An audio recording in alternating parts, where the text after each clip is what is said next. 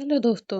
आज मैं आप लोगों को एक बहुत ही रोचक कथा सुनाने जा रही हूँ। एक गांव में एक पुजारी जी रहते थे। उनके करीब ही एक वेश्या का कोठा था।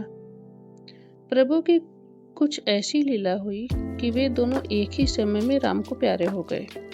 यमदूत उनकी आत्मा को लेने के लिए जब वहां पहुंचे तो यह देखकर हैरान रह गए कि जिसे नरक में पहुंचाने का आदेश था वह पुजारी निकला, और जिसे स्वर्ग में ले जाने का हुक्म था वह वेश्या निकली।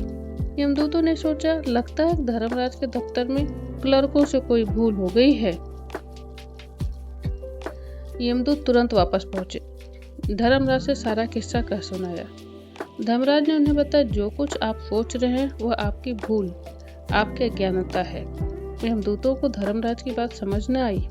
उन्हें परेशान देखकर धर्मराज मुस्कुराए और उनकी शंका का निवारण करते हुए कहने लगे कि जिसे आप पुजारी समझ रहे हो उसने कभी वास्तव में पूजा की ही नहीं।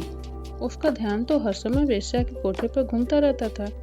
जब वेश्या के कोठे पर घुंघरुओं की आवाज गूंजती, संगीत का दौर चलता, दर्शक नशे में ठहाके मारकर हंसते, तो पुजारी की आत्मा उस सुख के लिए व्याकुल हो उठती थी। उसे रात भर नींद नहीं आती थी।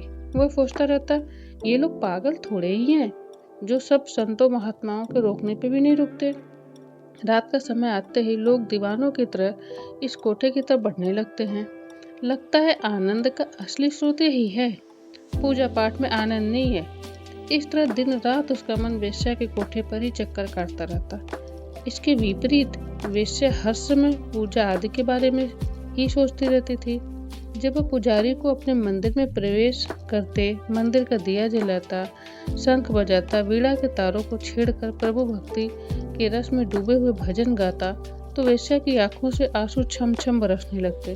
वह सोचती, मैं कितनी अभागी हूँ, जीवन यापन के लिए कितना घृणित कार्य करती हूँ। मेरा भी कोई जीवन है। धन्य है वह पुजारी जिसका हर क्षण परमात्मा की उपासना में बीतता है। कब आएगा वह दिन जब मैं भी अपने परम पिता परमात्मा के मंदिर में प्रवेश कर सकूंगी। इस तरह उसका चित्त सदा मंदिर में ही विराजमान रहकर प्रभु परमात्मा की खोज में तल्लीन रहता। यही कारण है कि मरते समय वेश्या का ध्यान तो परमात्मा में लगा था और पुजारी का मन वेश्या के कोठे पर नृत्य का आनंद लेने के लिए भटक रहा था।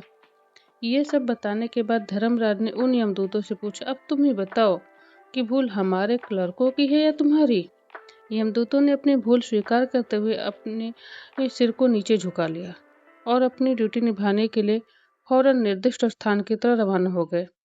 तो दोस्तों, इस कहानी से हमको ये सीख मिलती है कि परमात्मा के दरबार में मूल्य आडंबर का नहीं है बल्कि भावना का होता है। राधे राधे दोस्तों।